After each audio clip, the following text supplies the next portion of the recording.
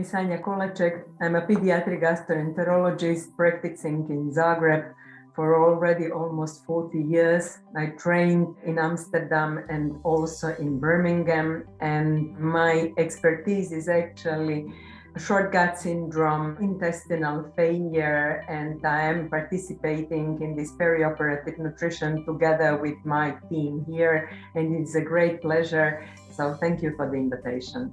So here are my disclosures.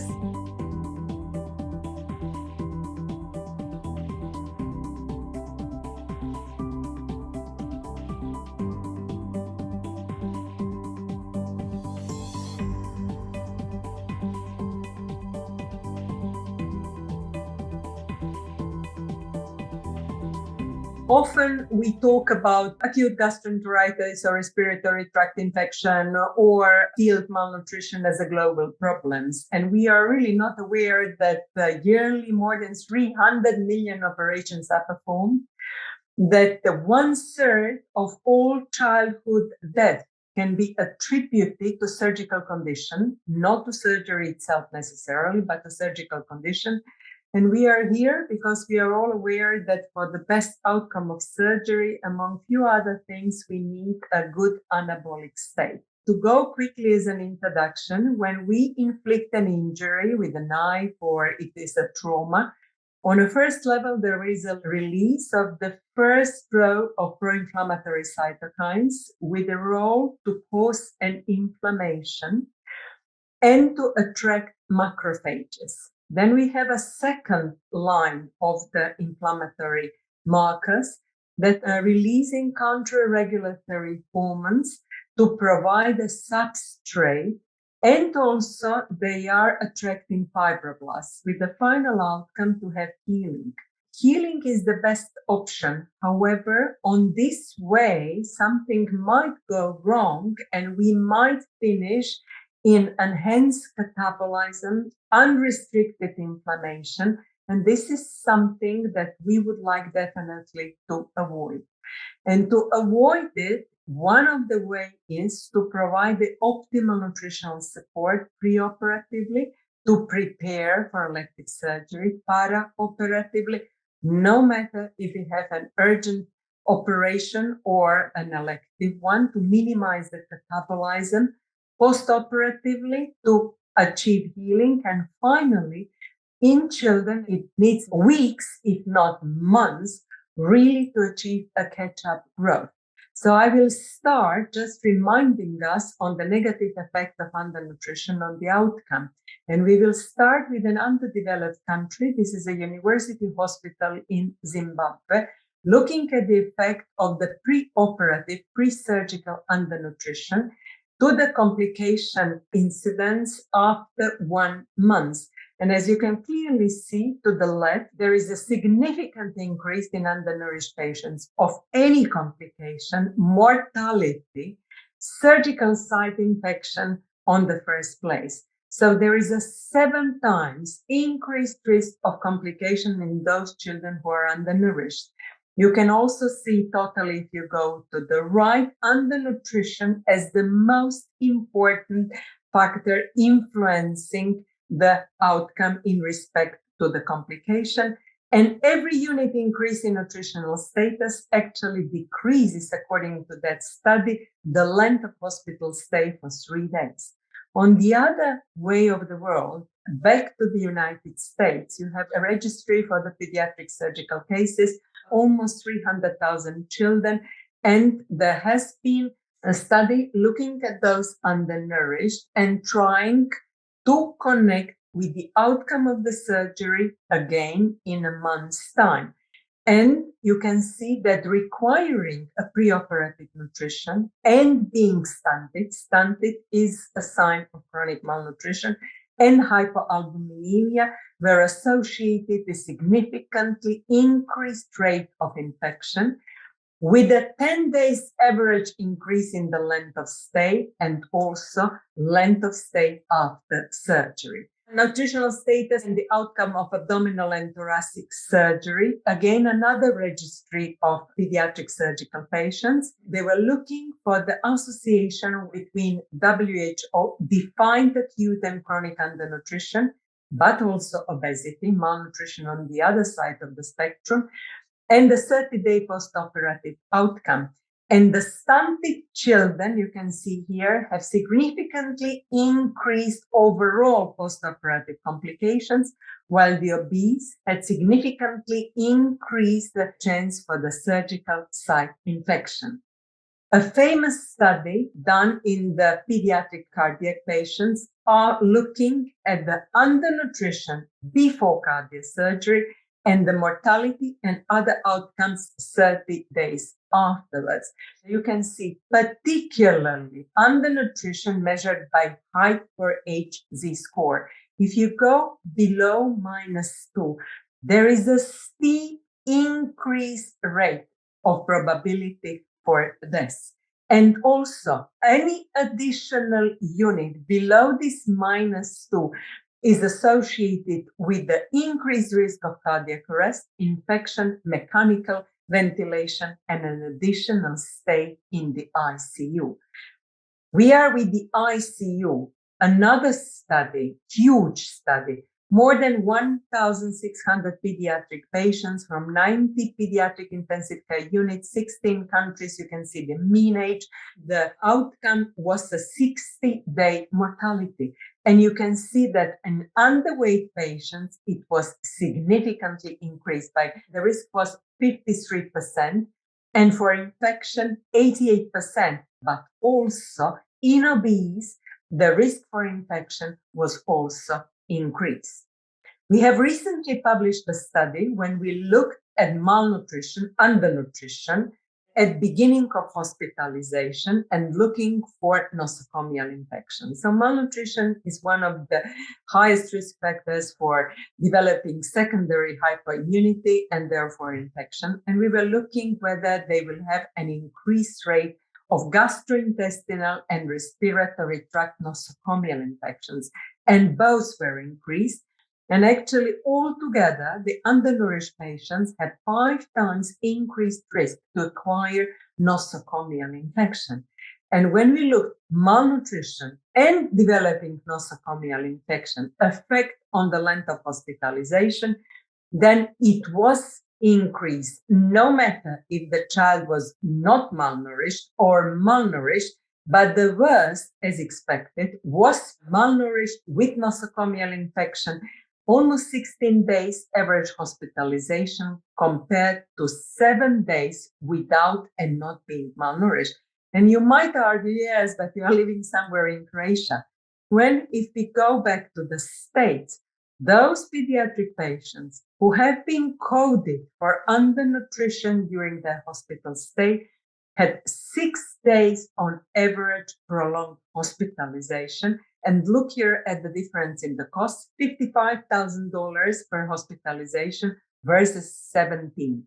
Talking about increase in the financial aspect of undernutrition, good study done in the Netherlands looking at the impact of the disease category, both acute and chronic. And if you scroll down to overall, in 1 year for undernourished patients, irrespective if acute or chronic, was spent 80 million euros just for that complication and just for 1 year. So the first take-home message, as this is an introductory talk, that undernutrition matters as it increases all complications, in a particularly infection, length of hospital stay, and the costs. What we can anticipate to be provided already pre-operatively is the increase in requirements, and these are after the surgery, and they are increased because of the loss through the damaged skin and the altered capillary permeability, loss during the catabolic reaction. I already pointed to the release of stress hormones. And early postoperative period, we have a new tissue, new capillary, fibroblasts, and other cell cultures that are increased. Afterwards, a net muscle gain, and finally, in children, catch-up growth. How much costs one elective minor surgery? It already increases energy. Minor, in this study, minor means tonsillectomy or some cosmetic operations, so nothing major, elective, increase in protein, look here, compared with marked major stress provided by major surgery, where the energy is on average increased by 50%, protein more than double. And finally, the critical stress is severe burn, but also quick rehabilitation after malnutrition. So already an elective surgery costs in general in energy. Some particular micronutrients are required, amino acids and vitamins, both fat soluble and water soluble. The second set of take-home messages, malnutrition really matters, that even mild elective surgery costs, and that therefore the proper nutritional assessment should be required. Looking how the children are assessed before going to surgery. This is the work summarizing how they have been assessed. And as you go down, mainly anthropometric measurements, albumin, hemoglobin. You might ask, is there any nutrition screening tool that we may use to see who is at increased risk for developing undernutrition? There was only one screening tool identified, SGNA, Subjective Global Nutrition Assessment. This screening tool has been validated in the famous study by Secker, published almost 15 years ago. And they have seen that using subjective global nutrition assessment, it proved that it was a valid method for assessing nutritional status with the good correlation with objective anthropometric measurements, and furthermore, that it was the only parameter that identified children with post-surgical complications. The second level of question is there any easier nutrition screening tool, for example, such as strong kids? Well, they have been tested in comparison with the SGNA, both the strong kids and pediatric nutrition screening tool, but they did not perform well. Only when they were adjusted, and you see the adjustments here, the adjusted cutoffs, when they had a comparable performance. Actually, when the cutoffs were adjusted, then the pediatric nutrition screening tool had the strongest validity and inter-rater reliability for routine clinical practice.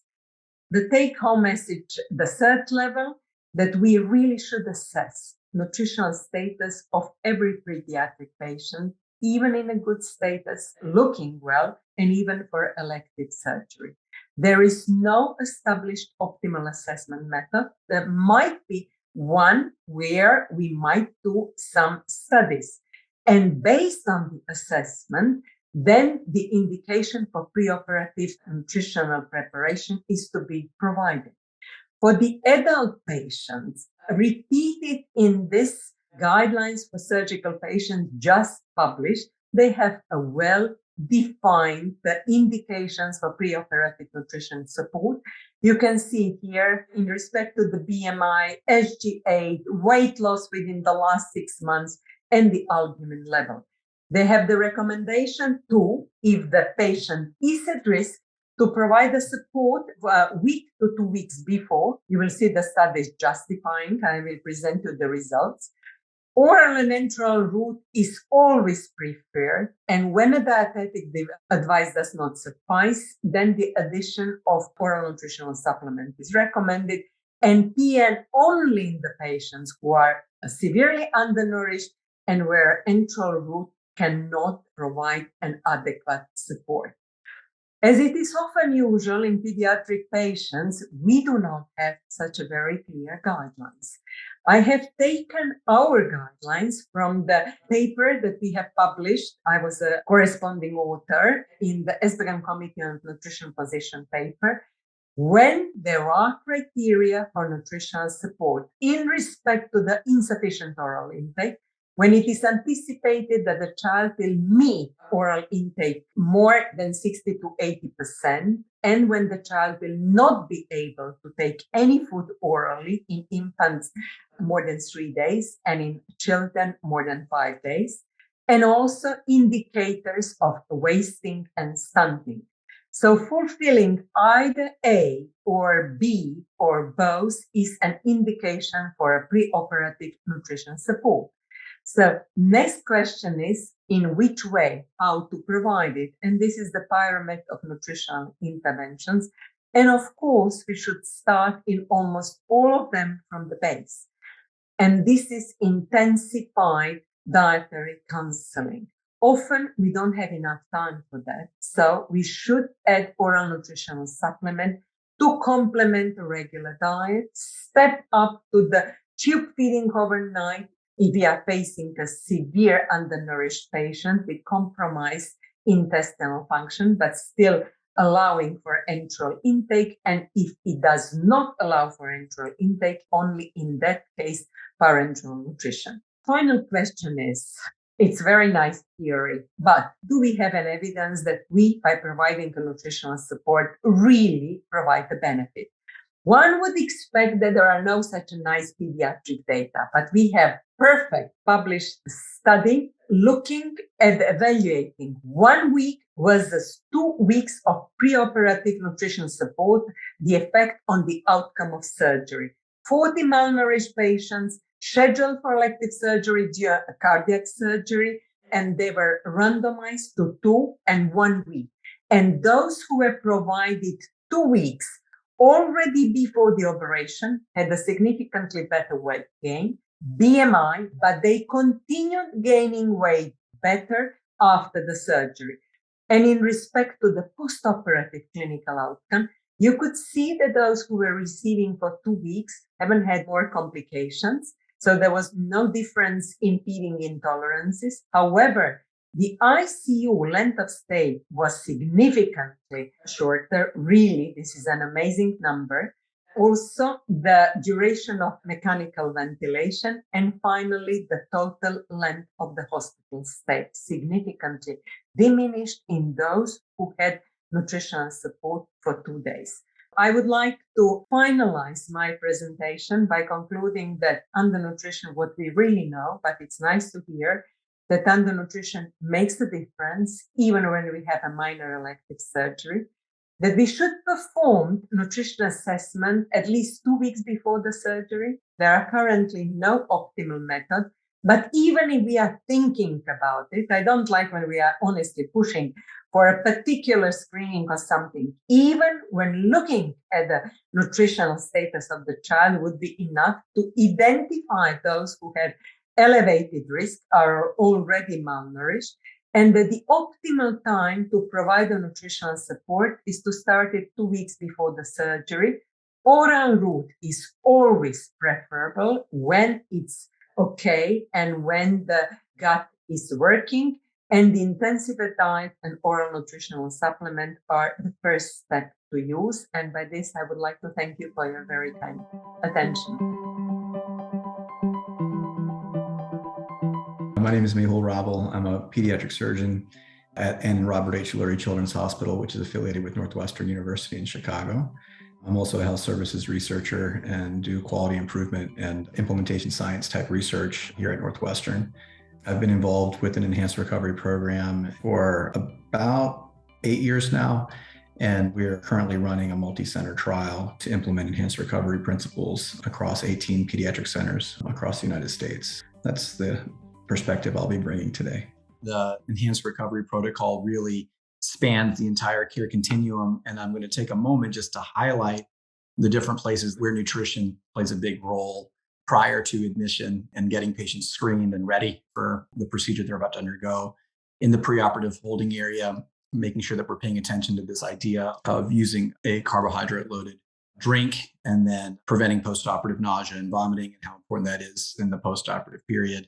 And then obviously in the postoperative period, advancing diet. I would probably also highlight, just leaving things out like nasogastric tubes and things like that typically we use maybe during surgery, but maybe choosing and electing to move on beyond that and not using those tubes that prevent us from advancing diet in the early postoperative periods for GI surgery specifically. Here are the big themes that I'm going to quickly address, but we're going to talk about preoperative nutritional screening a little bit, talking about the limited preoperative fast, the carbohydrate load, the early post-op feeding, and then talk a little bit about ileus prevention and treatment at the very end. So let's take the first topic, preoperative nutritional screening with prehabilitation for undernourished patients, and talk about dietary supplementation a little bit with protein, minerals, and immunonutrition. This is a modified Delphi study that was done for adults undergoing major gastrointestinal and gynecologic surgeries, and was essentially a position statement or a consensus that was generated for the American Society for Enhanced Recovery. They have this great infographic that talks about how 2 out of every 3 patients that are coming in for GI surgery are malnourished at the time of their surgical procedure, and how this is associated with a greater risk of having complications, a greater risk of mortality, and how very few formal nutrition screening programs exist in hospitals across the United States. There's additional information out there with other types of summaries. This is a prospective cohort study of 61 inflammatory bowel disease patients that were scheduled for an elective surgery. The mean age here was 50 years old. So once again, this is adult literature. But they did a good job of coming up with personalized nutrition plans for their patients and using oral nutritional supplementation in the pre-surgical phase, so to say. And they showed some really nice outcomes with improved weight and nutritional indices preoperatively and in the prehabilitated patients. So I'm going to pivot a little bit to some similar type of studies I found in the pediatric literature. Okay. And so this is 143 infants with Hirschsprung's disease. So this is something that is not necessarily a surgical emergency, and there would be a window of opportunity to optimize the nutrition heading into the colon resection that's associated with Hirschsprung's disease, and that is the definitive treatment. So they had 73 infants that were treated in the traditional way, and then 75 that were treated in a enhanced recovery type of pathway. And they were able to decrease their length of stay by about a day and a half, and they decreased their time to a regular diet by 2.5 days. And what they did was they used this nutritional assessment in an outpatient department before surgery. They used what's called a STAMP score, and then they used age Z-scores. And so they, out of this cohort of traditional versus enhanced recovery, they identified 25 malnourished patients, and they did nutritional support for these patients for 1 to 2 weeks. And they showed that the Z-scores did improve with no difference in their kind of plasma nutrition markers. But this was one of the only studies I could really find where they really did screen well and had a larger cohort of patients. And so that kind of limits what we know about the preoperative nutritional screening in the pediatric literature. And then this preoperative fast, the ASA, 2 hours, we've talked about that a couple of times. But then there's the Canadian Anesthesiologists Society, who have now, I think, officially moved to clear liquids for 1 hour. And then the European, which talks about 1 hour as well. And so I think this is a constant evolution towards decreasing the fasting time. Carbohydrate loading, I'm going to highlight a couple of papers. This is one out of China where they looked at infants, once again, with things like Hirschsprung's disease, which I mentioned, but also sacrococcygeal teratomas or biliary atresia or anorectal malformations like imperforate anus. And so these are, once again, infants undergoing common congenital surgeries that children undergo. They actually had a really interesting multi-level intervention here, where the first level was just fasting for 6 hours, which I guess would be their historic standard of care. And then they actually used different volumes of carbohydrate solution. All of these were 10% carb solutions, and they used volumes at either 5 mLs per kilo for group B, 10 mLs per kilo for group C, or 15 mLs per kilo for group D. And what they saw was that there was no real difference in blood glucose levels. There were some gastric residuals seen in the group D with the 15 mLs per kilo, so the highest volume group, but they saw no difference in length of stay. They used something called the crying ratio, which I thought was fascinating, but these are infants, and so we don't want the babies to cry, I guess. And the way that they described it is a crying ratio is duration of crying for 15 minutes or more, or paroxysmal crying that lasts an hour. I imagine that is somewhat subjective and hard to truly measure unless you're standing at the bedside every minute of the hours after surgery. But nonetheless, they saw that the crying ratio was highest for the babies that were the hungriest, and that kind of makes sense. They concluded that carbohydrate loading with 10 mLs per kilo for 2 hours before surgery was safe, even for these infants undergoing congenital reparative surgery. So early postoperative feeding, we've talked a little bit about that as well. Once again, I'll highlight some of the work that we did. And this was a major part of the literature review in terms of the fast track papers that we included in our literature review. These did demonstrate decreases in length of stay and complications and things along those lines. This was another systematic review out of the European Journal of Pediatric Surgery back in 2015, 9 studies, 1,500 infants undergoing anorectal malformation surgeries. And they compared an early feeding cohort where patients are fed on days 0 through 3 with initiation of feeds in the early window there versus initiating feeds after 3 days. The surgical dogma there is kind of interesting to me as a surgeon, but the idea is that these are patients who have anorectal malformation. So the anastomosis, the suture line that you're worried about, is actually external. It's on the anus, essentially. And therefore, the idea would be that if you can decrease stool transit past that area, you could potentially decrease infections or dehiscence of that specific hookup. And so that's the dogma for why someone might want to wait. And if you give it a couple of days to heal, then you can start feeding them. And if they start stooling, then you don't worry as much about that. That's actually not true. And in fact, this study nicely showed that wound complications were actually lower, markedly, in the early enteral feeding group, speaking to the idea that you don't need to worry about the stool physically coming past the area of surgery. And interestingly, for reasons that I can't quite wrap my head around, long-term outcomes, which we care a lot about in this patient population, which is long-term constipation and issues related to bowel control, those long-term constipation issues were actually lower in the early feeding group as well. This was a really interesting study I learned about in preparation for this. Another article, this is a systematic review of 4 randomized trials. Once again, 97 patients with early feeding. This is specifically in children, all less than 18 years of age. Once again, equal anastomotic leak rates, fevers, emesis, basically GI complications were equal between the groups that were fed early and those that were fed later. Those that were fed early had shorter lengths of stay, earlier time to bowel movement, lower surgical site infections, and faster tolerance of diet.